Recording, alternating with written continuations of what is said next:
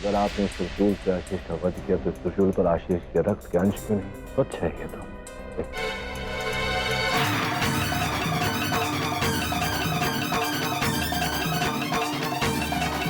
KD पाठक साहब सही सवाल कर रहे हैं। हाँ जी, अगर आपने आशीष को मारा है तो त्रिशूल पे उसके खून के निशान क्यों नहीं है? आशीष की हत्या करने के बाद फांसी के झरने में इसे धोकर वहां से दूर फेंक दिया। शिव के नाम के लिए हम मेघ का 100 कत्ल करने को तैयार हैं। नहीं, वो होगा, वो होगा। अब आप क्यों ये वो कर रहे हैं? अब आपको क्या तकलीफ है?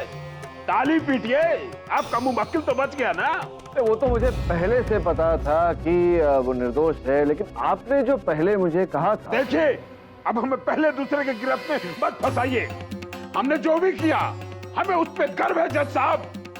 हम अपना गुनाह कबूल करते हैं। आप हमें फांसी की सजा दीजिए। बहुत सेवा के लिए धरती पे रह के अब कैलाश में जाकर शिव की सेवा करेंगे। बम बम बोले, बम बम बोले। और यहाँ मंदिर में आपके अनुपस्थिति में कौन सेवा करेगा शिव जी की? मान जी, हमको तो विश्वास नहीं हो रहा है कि आशीष का खून आपने किया है। शिव के परम भक्त हैं हम। उसके नाम पर कितना भी बड़ा बलिदान दे सकते हैं। आप सजा का ऐलान कीजिए जज साहब।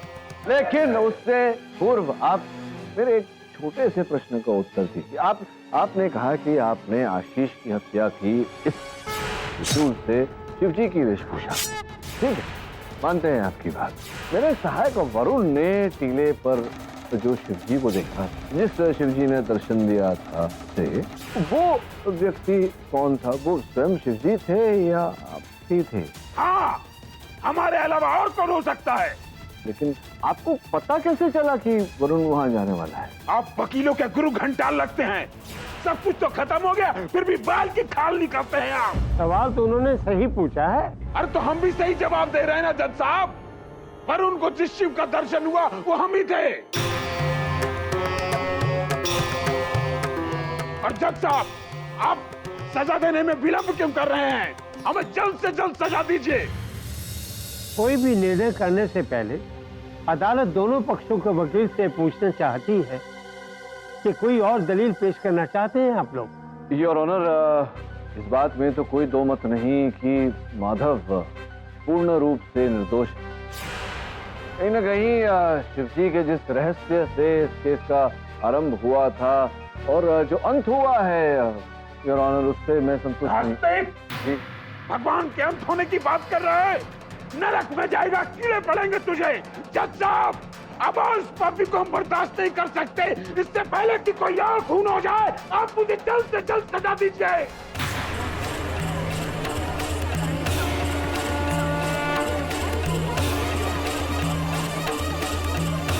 Order, order. शिव का रहस्य शिव पर ही छोड़ते मिस्टर पाठक। अदालत अपना काम करेगी।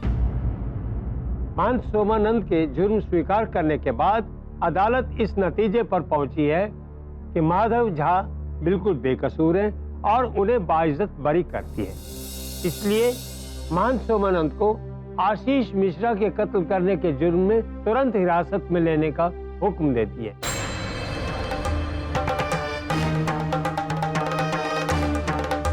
मुकदमा खत्म।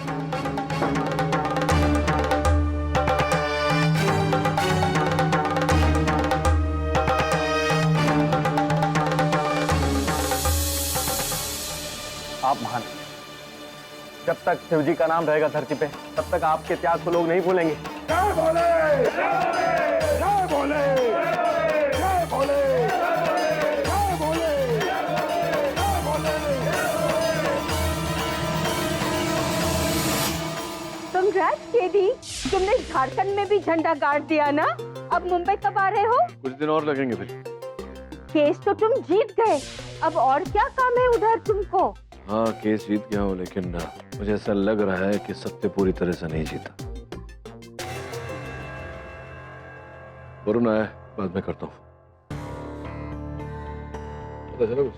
सर, मैं इंस्पेक्टर चौबे से मिलकर आ रहा हूँ। उसने कहा है कि परसों दोपहर को 12 से 1 के बीच महंत उसके साथ था पुलिस स्टेशन। अच्छा, महंत पुलिस स्टेशन? क्यों? जो भी हो, इससे भी बड़ा प्रश्न ये है कि तुझे वो व्यक्ति दिखा था शिवजी के रूप में टीले पर, पंत ने अदालत में कहा कि वही था। ये संभव तो है नहीं, एक ही समय पर एक व्यक्ति दो भिन्न स्थान पर तो हो नहीं सकता। तो पता नहीं वो क्या छुपा रहा है और वो किसे बचाने की कोशिश कर रहा है। उसका ना तो कोई परिवार वाला है ना कोई अपना है।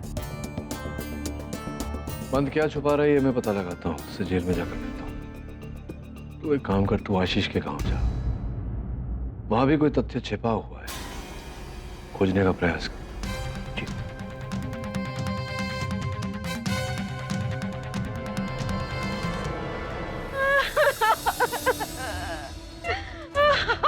सिर्फ 2 दिन के लिए गए थे, हमें क्या पता कि हमारा सुहाग हमसे हमेशा के लिए छिन जाएगा।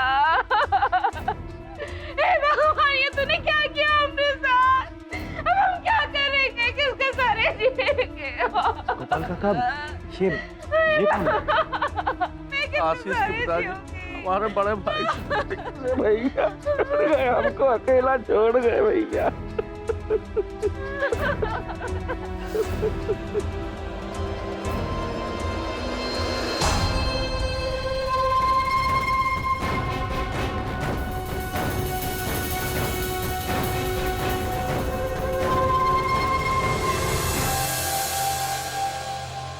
बिजली का भी बड़ा दिक्कत है यहाँ।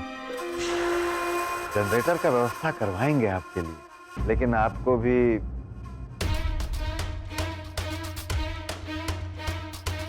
क्या है ना कि आपको भी देना ही था। तो आपको जब सजा हो ही गया है तो आपको तो ये लौटाना ही पड़ेगा ना, इसलिए लौटाने आए थे महन जी। अच्छा, मतलब रख लें क्या? धन्यवाद। आप चिंता मत कीजिए, आपको यहाँ पे कोनो टाइप का परेशानी नहीं होने देंगे, एकदम नहीं होने देंगे महन जी। मेरी तो दुनिया ही उजड़ गई। पहले बेटा गया, फिर पति। अब हम क्या करेंगे, किसके सहारे जिएंगे? ऐसा मत करिए आंटी जी, जानते हैं भगवान ने आपके साथ भी बहुत ही अन्याय किया है। चाची, देखिए आपसे कौन मिलने आया है। वरुण बाबू। शारदा जी, हिम्मत रखिए। चाची सब कुछ छोड़ छाड़ के मथुरा जा रही है। छोड़ छाड़ के नहीं, सब छुड़वा दिया उसने। किसने? गोपाल साहब, शारदा जी का देवर। इस बेचारी के माथे का सिंदूर मिटा भी नहीं कि सब कुछ अपने नाम करवा लिया। जैसे इसी दिन का इंतजार कर रहा हो। अरे नहीं नहीं आंटी, हम सब है आपकी सपोर्ट के लिए। आप लोग अदालत में भी थे? हाँ, हम आशीष के मेडिकल कॉलेज के दोस्त हैं। अच्छा, फिर तो आप लोग आशीष को बहुत अच्छी तरह से जानते होंगे। कॉलेज में कोई ऐसी बात जो हम नहीं जानते? देखिए आशीष के बारे में, देखिए मैं खासकर इसलिए यहाँ पर आया। केडी सर को लगता है कि आशीष की मौत के पीछे जो असली राज है वो अभी तक सामने नहीं आया।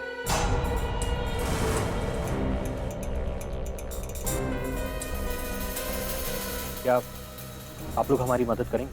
देखिए सर, आशीष हमारे बैच का बहुत ही टैलेंटेड स्टूडेंट था।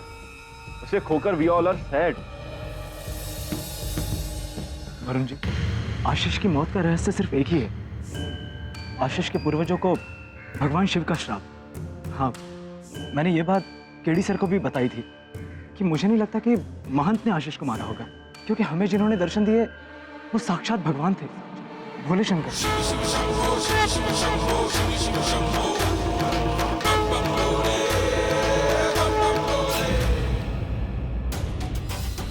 अरे अरे, प्रणाम प्रणाम चौधरी जी। प्रणाम पाठक जी, आप अभी तक यहीं हैं?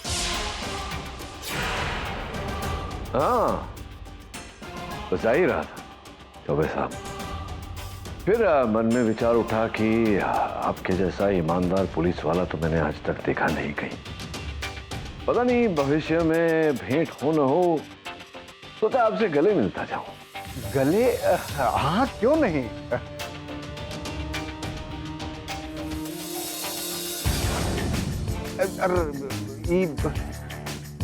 मतलब ये चेन देखिए पाठक जी, भारी है।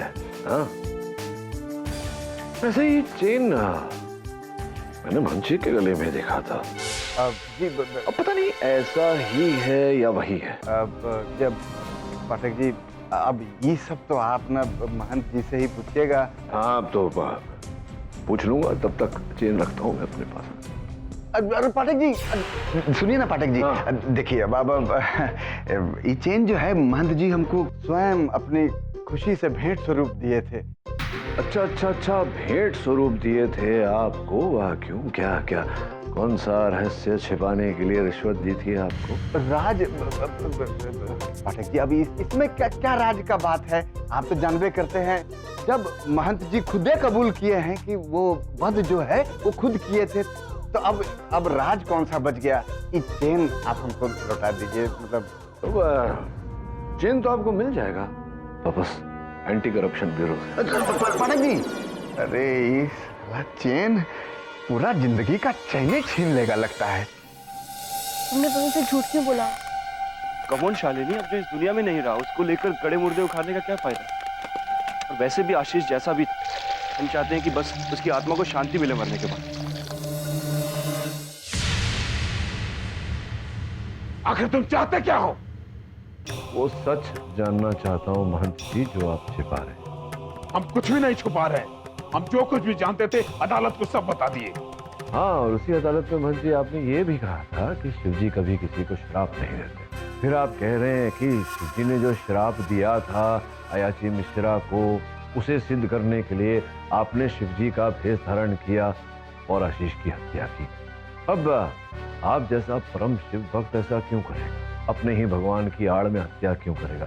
नहीं, मुझे नहीं लगता कि वो आप थे, कोई और था शिवजी के भेष में। कौन था बताइए? अरे पागल, वो हम ही थे। और तो जो फिर वरुण को टीले पर जो शिवजी दिखे थे, वो कौन थे? अरे कितनी बार कहें, वो भी हम ही थे। मंत्री जी क्यों झूठ बोल रहे हैं आप? इंस्पेक्टर चौबे ने स्वयं मुझे बताया है कि जिस समय मेरे सहायक वरुण को उस टीले पर शिव स्वरूप दिखे, उस समय आप चौबे जी के साथ पुलिस स्टेशन में बैठे थे।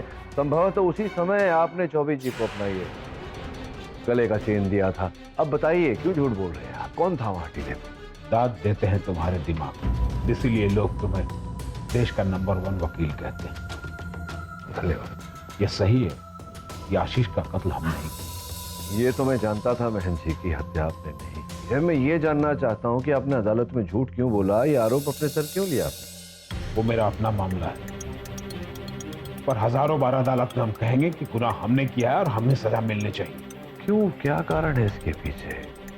आप आरोप अपने सर ले रहे हैं, इसका अर्थ ये हुआ कि आप जानते हैं कि हत्या किसने की है। मुझे बताइए, कौन है असल हत्यारा? किसे छुपा रहे हैं? कीमत पर हम तुम्हें उसका नाम नहीं बता सकते। क्यों? अगर तुम मेरी मदद करना चाहते हो तो सरकार से दरख्वास्त करो कि मेरी सजा बढ़ाकर फांसी की सजा कर दी जाए। मेरे ऊपर तुम्हारा उपकार होगा।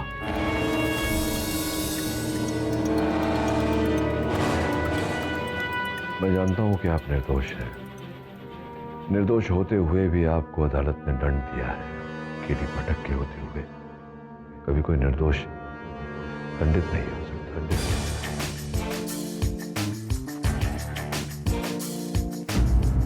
तेरा ऐसा मानना है कि आशीष की हत्या उसके चाचा गोपाल ने की है?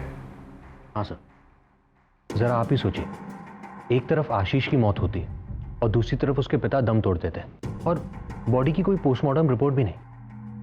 सर, हो सकता है कि गोपाल ने उन्हें जहर देकर मरवाया ताकि उनके हिस्से की प्रॉपर्टी भी उसकी हो जाए। एक और बात सर, महाशिवरात्रि को गांव में हर साल नाटक खेला जाता है, जहां पर हर साल गोपाल शिव का किरदार निभाता है। मुझे लग रहा है कि उस पात्र के रूप में उसने आशीष की हत्या की। सर, मुझे तो यही लगता है। अरे यहाँ एक प्रश्न उठता है वरुण, कि अगर मान लें कि गोपाल ने हत्या की है, फिर मानते हैं आरोप अपने सर क्यों ले रहा है? बद्री और गोपाल के बीच में क्या संबंध है, ये समझ नहीं पा रहा हूँ। नमस्ते साहब। हाँ बद्री, आपको एक महत्वपूर्ण सूचना देना है साहब। बोलो। वो ना कल हमारे सपने में बाबा आए थे। भगवान शिव? जी। और? जी, उन्होंने कहा कि तुम्हें हमारा संदेश लोगों तक पहुंचाना होगा। कैसा संदेश प्रभु? आशीष की मृत्यु को लेकर तरह तरह की अटकलें लगाई जा रही हैं। उस पर तो अदालत का फैसला हो गया प्रभु। हमसे ऊपर कौन सा न्यायालय है? और जब हमने न्याय कर दिया, उस राक्षस आशीष का वध करके। आपने आशीष को मारा प्रभु, उस शराब के चलते? सिर्फ श्राप ही इसका कारण नहीं, असली कारण तो आशीष की अमानवीय हरकत, दुष्कर्म जो उसने उस भोली भाली शालिनी के साथ किया था, उसी का दंड दिया है हमने, ताकि कोई भी किसी के साथ ऐसा दुष्कर्म नहीं कर सके। यार आनंद, अदालत ना हुई, टाइम पास हो गया। अब सपने में किसको क्या आया है इसके आधार पर, मेरा मतलब है, अगर मैं कहूं शिवजी स्वयं मेरे सपने में आए और कहा कि माधव कातिल है, तो आप माधव को फांसी पे चढ़ा दीजिएगा। पर ये बात सपने वाली नहीं है जज साहब, हमको लगता है शिवजी खुद ही हमारे घर पधारे साक्षात रूप में। अरे फिर फजूल की बात करते हो बद्री, हम इतने बड़े शिव भक्त हैं, आज तक शिवजी हमका झलक भी नहीं दिए। तुम कौन बढ़ के महात्मा हो कि शिवजी तुम्हारे घर पधारेंगे? अब वकील साहब, ये बात का तो जवाब हमारे पास नहीं है, लेकिन हाँ, जब हमारी नींद खुली तो हमको जमीन पर एक रुद्राक्ष का दाना मिला।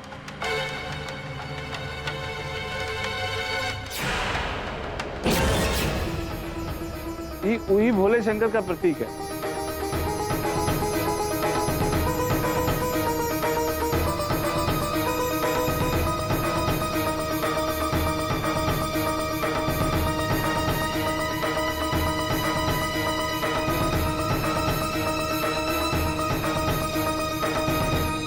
इसकी क्या गारंटी है कि शिवजी ये छोड़े हैं? तुम बाजार से भी तो ला सकते हो। अरे कहा ना सुना बोल रहे हैं वकील साहब, बस करिए। आपको हमारी बात पे विश्वास करना है तो करिए, नहीं करना है तो मत करिए। हमने शिव का संदेश पहुंचा दिया, बस हमारा ड्यूटी खत्म। वैसे शिव जी के सबसे बड़े पुजारी महंत जी यहाँ उपस्थित हैं, यही बता देंगे कि ये रुद्राक्ष का दाना बाजारू है या फिर स्वयं शिव जी का है।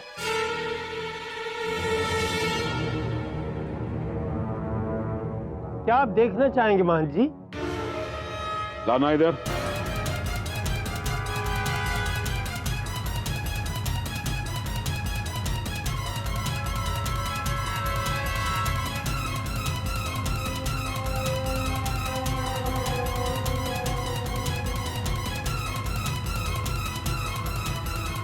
जज साहब, ये रुद्राक्ष का दाना तो सैकड़ों बरस पुराना लगता है, और ये रुद्राक्ष का दाना किसी बाजार या किसी घर में मिलना बहुत मुश्किल की बात है। लेकिन हाँ, शिव मंदिर में एक पुराना रुद्राक्ष की माला है, ये दाना हमें उसी का लगता है।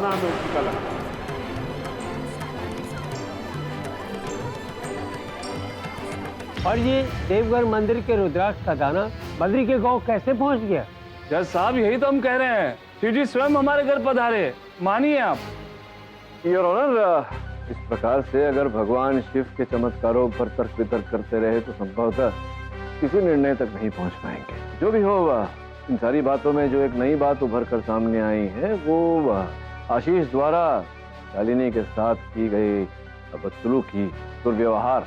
अब क्या हुआ था या नहीं, ये तो शालिनी ही हमें बता पाएगी। शालिनी, क्या प्रतिक्रिया है तुम्हारी इस बारे में? कुछ कहना चाहती हो तुम? आशीष ने क्या वास्तव में दुर्व्यवहार किया था तुम्हारे साथ? क्या हुआ था?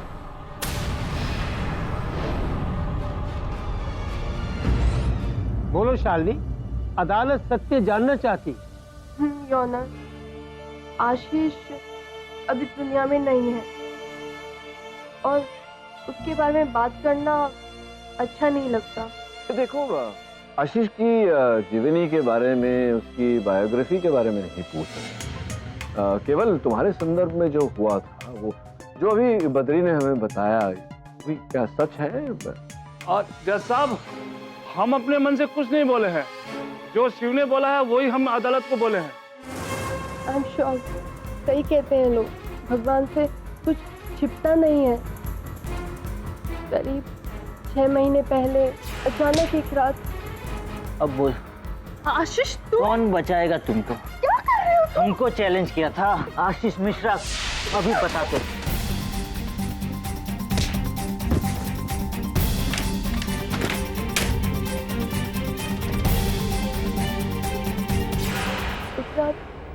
भगवान ने ही हमें बचाया था योनर। आशीष ने ये हरकत पता नहीं कितनी लड़कियों के साथ की है।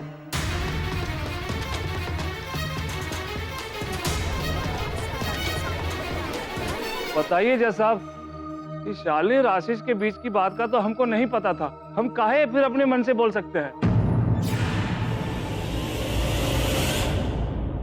हमने कहा था ना जज साहब कि शिव हमारे घर पधारे और उन्होंने ही आशीष का वध किया। फरमान सोमानंद जी अपना जुर्म स्वीकार कर चुके हैं। आशीष का कत्ल उन्होंने किया है। हमने गलत स्वीकार किया था और इस बात को तो वकील महोदय अच्छी तरह से जानते थे, तभी तो हमारा केस लड़ रहे हैं। बधाई हो वकील बाबू, आप केस जीत गए। तो महान जी, आपने अपने ऊपर यह खून का इल्जाम काहे लिया? देखो चंद्रमोहन, हम शिव का नाम बदनाम नहीं होने देना चाहते थे कि उसने एक निर्दोष कंवरिये का सिर्फ इसलिए वध किया कि 400 साल पहले शिव ने उसके पूर्वज को श्राप दिया था। इससे शिव की मान्यता में कमी आ जाती, लोग उस पर अविश्वास करते।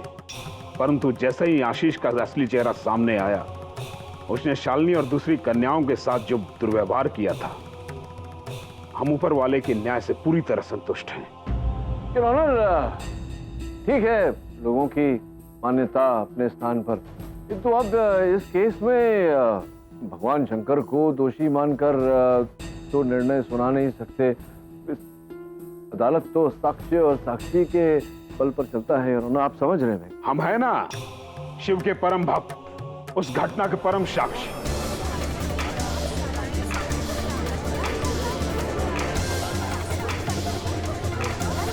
Order order. ये जानकर आपको हैरानी होगी जज साहब कि जिस रात आशीष का वध हुआ, हम उसी रास्ते से गुजर रहे थे।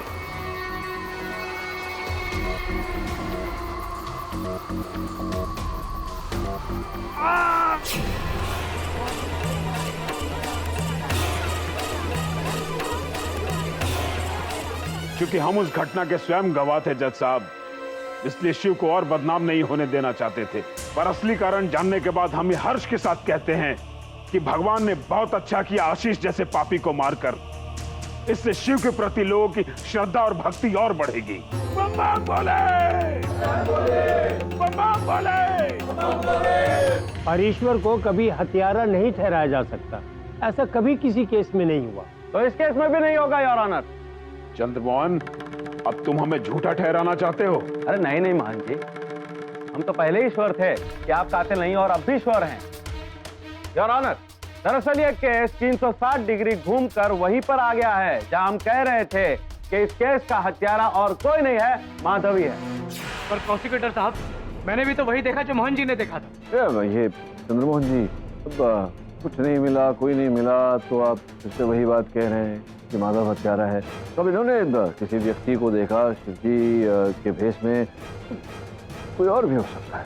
देखिए पाठक साहब, आप ये तो मानते हैं ना कि महान जी खूनी नहीं है जी, तो फिर भगवान ने भी खून नहीं किया है, ऐसा मैं मानता हूँ, ऐसा जज साहब मानते हैं, कानून भी मानता है, और आशा करते हैं कि आप भी यही मानते हो। जी जी, मैं भी मानता हूँ, बिल्कुल योर ऑनर। संभव है कि हत्यारा कोई और व्यक्ति हो, कोई और मनुष्य भगवान शिव के भेष। हाँ, अब आए ना पाठक साहब पॉइंट पे। हम भी यही कह रहे हैं, सड़क के किनारे से मान जी ने शिवजी को आशीष की हत्या करते हुए देखा, लेकिन क्या उस वक्त वहां माधव था? नहीं। बाहर आशीष को बुलाने के लिए कौन आया? माधव। शिवजी के वेश में कौन था?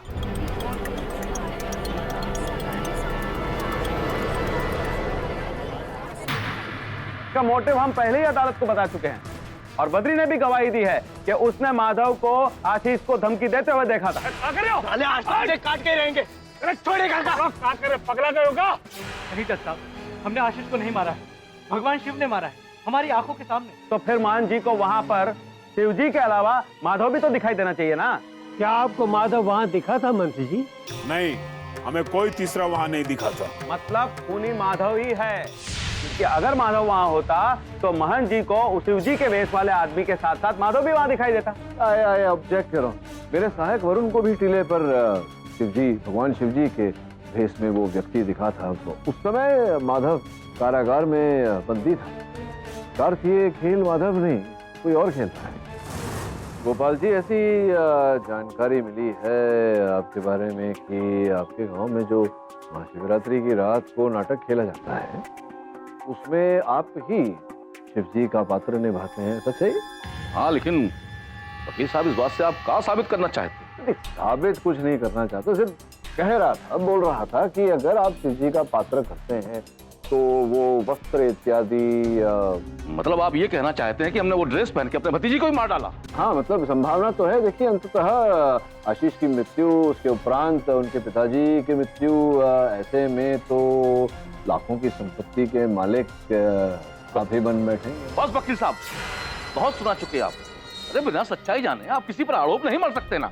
अब जानते हैं क्या हुआ था। वो जो ड्रेस है जो है, वो ड्रेस का पेटी है, वो माधव के घर में रहता है, वही जो है इंचार्ज है। वाह गोपाल जी, वाह, आपकी इस बात ने सारा केस ही साफ कर दिया है। माधव को शिवजी के कपड़े लाने की जरूरत ही नहीं पड़ी, उसके पास पहले से ही था, खड़ा भी नहीं लगा। माधव ही खूनी है।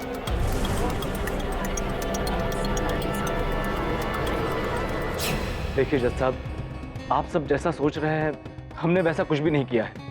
आप चाहे तो हमारे घर जाकर तलाशी ले सकते हैं। शिव जी के सारे वस्त्र, सारा मेकअप का सामान सब पेटी में ही रखा है, वैसा का वैसा। अरे भाई, उसे यूज करके वापस पेटी में भी तो रख सकते हैं, वैसा का वैसा। योर ऑनर, हम अदालत से दरखास्त करते हैं कि माधव को पुनः गिरफ्तार किया जाए और फिर से उसके ऊपर आशीष के खून का मुकदमा चलाया जाए। योर ऑनर, ये अभी भी मेरा प्रश्न वही का वही है। जब मेरे सहायक को वो दूसरा व्यक्ति दिखा था शिव जी के वेश में, उनके रूप में, उस समय तो माधव कारागार में था यार ऑनर, बंदी था। तो फिर कौन? स्पष्ट है कि कोई और था। कौन था? पाठक साहब, इसकी जांच हम अलग से कर सकते हैं ना, लेकिन अभी ये जो ताजा ताजा राज खुला है उसकी वजह से आपके पुराने मुवक्किल माधव को फिर से हिरासत में लेने से हमें कोई नहीं रोक सकता है। लेकिन आप निराश क्यों हो रहे हैं?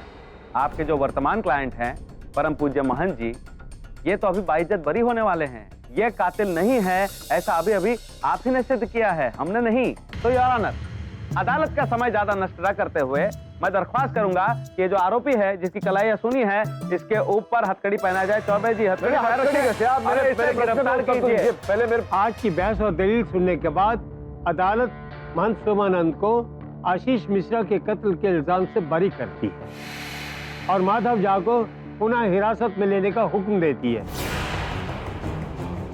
और अगली तारीख तक ये अदालत मुलतवी की जाती है। आशीष इतने लूज कैरेक्टर का था तो फिर तुमने मुझसे झूठ क्यों बुला लो? देखिए वरुण जी, आशीष जैसा भी था, जो भी था, अब वो इस दुनिया में नहीं रहा। और वैसे भी कहते हैं कि मरे हुए के बारे में बुरी बातें नहीं करनी चाहिए, ये तो आत्मा नाराज हो जाती है। एक बात बताइए, आशीष ने आपके साथ मिसबिहेव क्यों किया? सिर्फ हमारे साथ ही नहीं, उसकी आदत ही ऐसी थी। जिस रात आशीष का कत्ल हुआ उस वक्त आप दोनों कहाँ थे? तो कम ऑन, आप हम पर शक कर रहे हैं। कॉलेज में ऐसा कोई भी नहीं था जो आशीष के बारे में अच्छी बात बोलता। सिर्फ हम दोनों ही हैं जो उसकी बुराइयों को नजरअंदाज कर दिल से उसकी मौत का शौक बनाते हैं। देखिए, मेरे लिए जानना बहुत जरूरी है। देखिए, अगर आप जानना ही चाहते हैं तो ऐसा कीजिए, आप हॉस्टल की एंट्री बुक चेक कर लीजिए। उस रात हम अपने अपने हॉस्टल्स में थे। प्रभु, आपसे बहुत शिकायत है।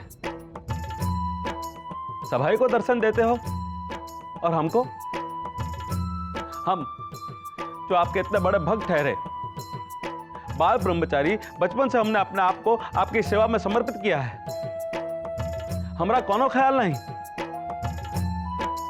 आज आपको हमका जवाब देना ही होगा, हमका दर्शन देना ही होगा प्रभु, बस देना ही होगा, दर्शन देना ही होगा प्रभु। चंद्रमोहन,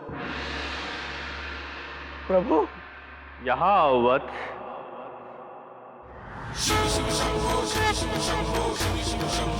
प्रभु, बाबा बोले। प्रभु, प्रभु उठो वत्स। बाबा बोले, आप साक्षात पधार गए। तुम्हारी शिकायत सुनकर हमें आना ही पड़ा। प्रभु, आपके आने से हम धन्य हो गए प्रभु, प्रभु धन्य हो गए। पर मुझे भी तुमसे एक शिकायत है चंद्रमोहन। प्रभु हमसे क्या गिला? जब बद्री के माध्यम से हमने तुम्हें बताया कि आशीष का वध हमने किया है, फिर भी तुमने हमारी बात पर भरोसा न करके हमें दुख पहुंचाया है चंद्रमोहन। इसके लिए हम तुम्हें कभी क्षमा नहीं करेंगे।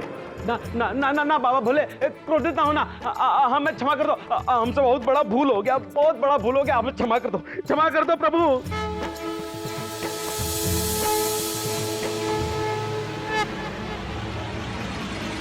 प्रभु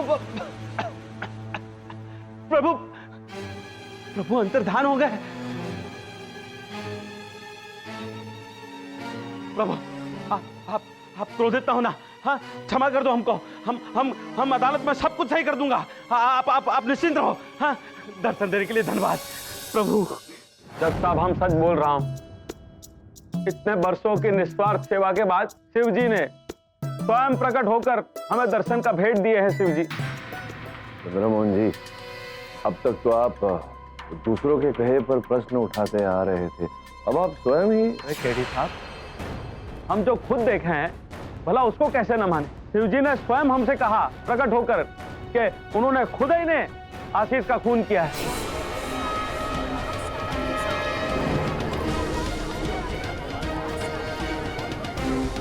हम हार मानते हैं। आप योर ऑनर, आप माधव को छोड़ दीजिए। नहीं चंद्रमोहन जी, देखिए यहाँ बात हार जीत की नहीं है, सत्य की है। क्या मतलब है आपका पाठक साहब? वैद्यनाथ जी से ज्यादा सच आप जानते हो क्या? अरे पाखंडी, अब फिर से कोई अड़चन मत डाल देना। जब सारे लोग बोल रहे हैं कि शिव ने स्वयं आकर ये स्वीकारा है कि वध उन्होंने किया है, तो तुम्हें क्या आपत्ति है? ये आपत्ति नहीं है मैन जी, एक प्रश्न है योर ऑनर मेरे मन में। माधव ने कथन दिया था अदालत में कि वो शिवजी के वस्त्र इत्यादि इनके घर में एक पेटी में रखे हुए हैं, किंतु पुलिस को वहां से कुछ प्राप्त नहीं हुआ, न ही माधव ने वो सामान पेटी से निकाला। अंततः वो सामान गया, किसी ने चुराया है। प्रश्न ये उठता है कि किसने चुराया, क्यों चुराया, ये तो हम जानते ही हैं। अरे पाठक साहब, क्या इन पचड़ों में पड़ रहे हो? हम हार मान रहे हैं ना, लिख के देने को तैयार हैं। वो देखिए, किसी ने वो सामान चुराया और आपके सामने शिवजी प्रकट, तो बद्री योर ऑनर उन्हें मैं कटघरे में बताया। मतलब आप हैं बद्री जी? हाँ हम? अरे हम काहे चुराएंगे वस्त्र? बताता हूँ। उससे पहले योर ऑनर मैं आपको बताना चाहूंगा कि जब मुझे चौबे साहब ने बताया कि चंद्रमोहन जी के समक्ष शिवजी स्वयं प्रकट हुए, तो मैंने अपने सहायक वरुण को उनके घर भेजा। योर ऑनर, वरुण को वहां से ये कपड़े का टुकड़ा योर ऑनर वहां से वरुण को प्राप्त हुआ। अब ये ऐसा प्रतीत हो रहा है कि किसी के नारंगी रंग के कुर्ते का टुकड़ा है योर ऑनर। आपने भी तो नारंगी रंग का कुर्ता पहना है, कपड़ा भी देखिए मैच हो रहा है। क्या कहना चाहेंगे आप? बताइए ना, सच सच बताइए ना, सत्य क्या है? कौन सा सत्य वकील साहब? हम कुछ नहीं जानते। नहीं, सत्य ये कि आप चंद्रमोहन जी के घर गए थे ना शिव जी के भेष में। अरे वकील साहब, नारंगी रंग का कुर्ता सिर्फ हम ही नहीं पहनते। लेकिन यहाँ अदालत में जितने लोग उपस्थित हैं उनमें से ये देखिए,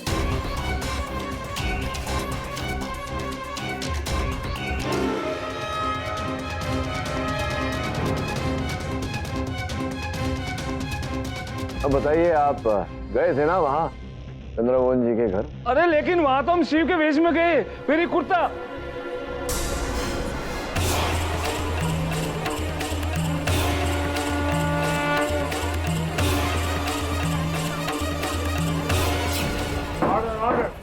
मुझे इन पे संदेह तो तभी हो गया था जब इन्होंने कहा था कि शिवजी इनके सपने में आए और शालिनी वाली बात कही। मैंने अदालत के बाहर इनका कुर्ता फटते हुए देखा। बात उगलवानी थी इनसे, उगलवा दी। तो आप कर रहे थे ये सब नकली शिव बनकर? जी जज साहब, हम ही नकली शिव बनकर चंद्रमोहन जी के घर गए और हम ही माधव के घर से शिव वस्त्र चुराए।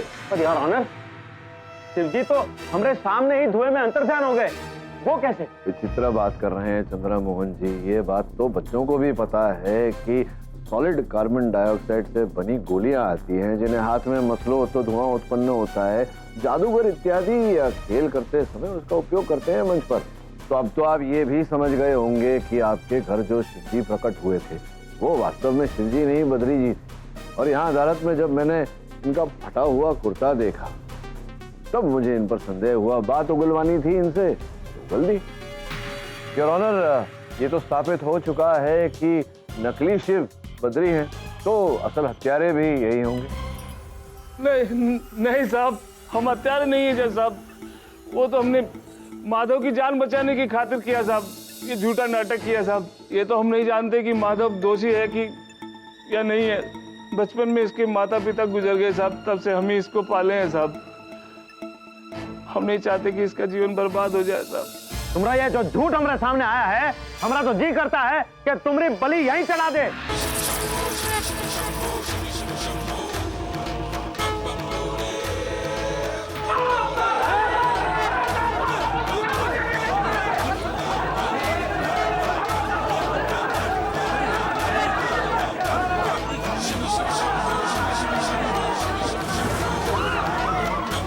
अरे ये काल कहां से घुस आया?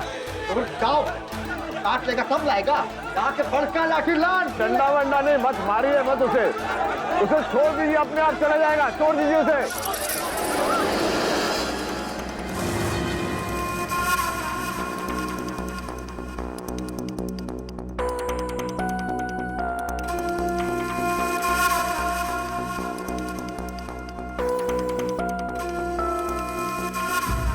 योर ऑनर, सांप तो चला गया लेकिन असल हत्यारा हमारे हाथ है। मेरे हाथों में ये एक रसीद है योर ऑनर, दिनांक 12 नवंबर 2014, उसी दिन जिस दिन आशीष की हत्या की गई थी। ये दीवान लाल ड्रेस वाला, रूप सज्जा, भागलपुर।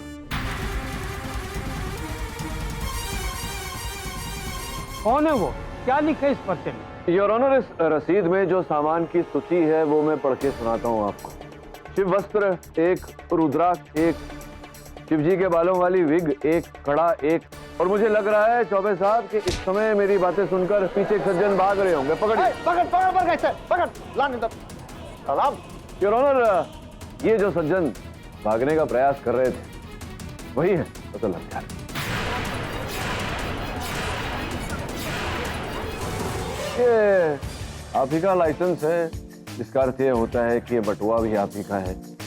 इसमें से ये रसीद निकली, जिसका अर्थ ये होता है कि ये रसीद आपके नाम पे होनी चाहिए, जिसका अर्थ ये होता है कि आप ही ने ये शिव वस्त्र, रुद्राक्ष इत्यादि इत्यादि यहाँ दीवान लाल ड्रेस वाला के वहां से उठाए और आपने आशीष की हत्या की शिवजी का रूप धारण करके। ये पर्स हमारा हो सकता है, लेकिन ये रसीद, इसके बारे में हम कुछ नहीं जानते।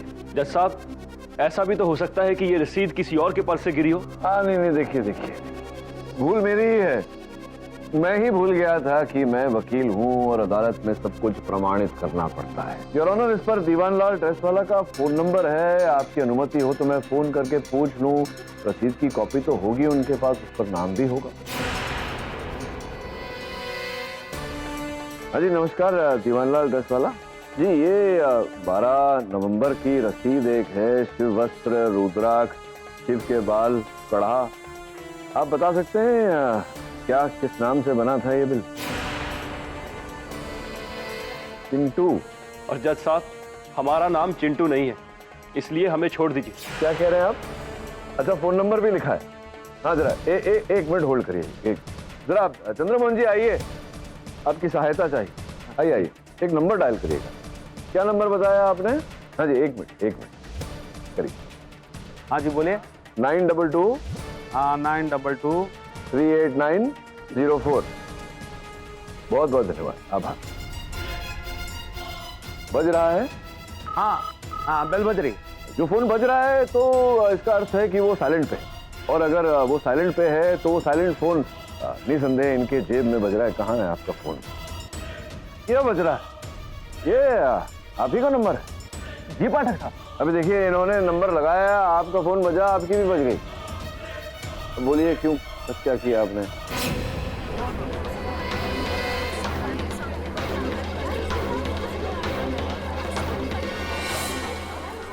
मेरी समझ में ये नहीं आ रहा आलोक कि तुम्हारी आशीष के साथ क्या दुश्मनी थी। हमारी कोई दुश्मनी नहीं थी।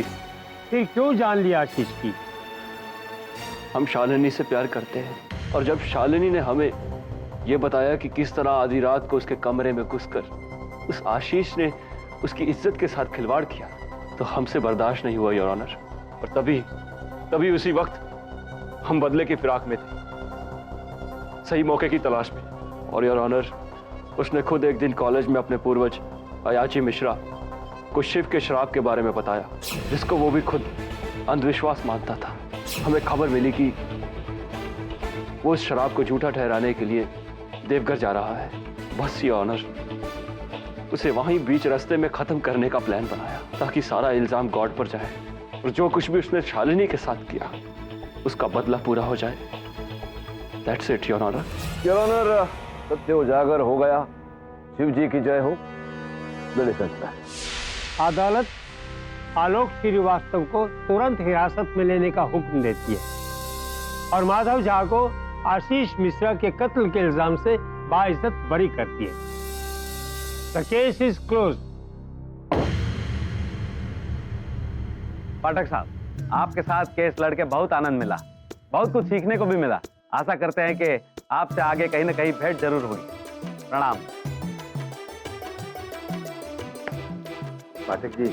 हाँ जी। अब लगे वो जो सोना का चेन हेरा गया था ना, उसका भी मैटर क्लोजे कर दीजिए। वो तो हम कब का सॉल्व कर चुके। वो देखा नहीं, भंजी के गले में चेन अपने यथास्थान पर पहुंच गया। अरे इसका मतलब है पाठक जी, हमारा नौकरी तो आप बचा लिए। हाँ, किंतु आगे से एकदम समझ गए पाठक जी। अब हम ना कभी किसी से भी किसी तरीके का कोई रिश्वत नहीं लेंगे, पक्का प्रॉमिस। हाँ, रिश्वत लेना और देना दोनों जुर्म है। Not good.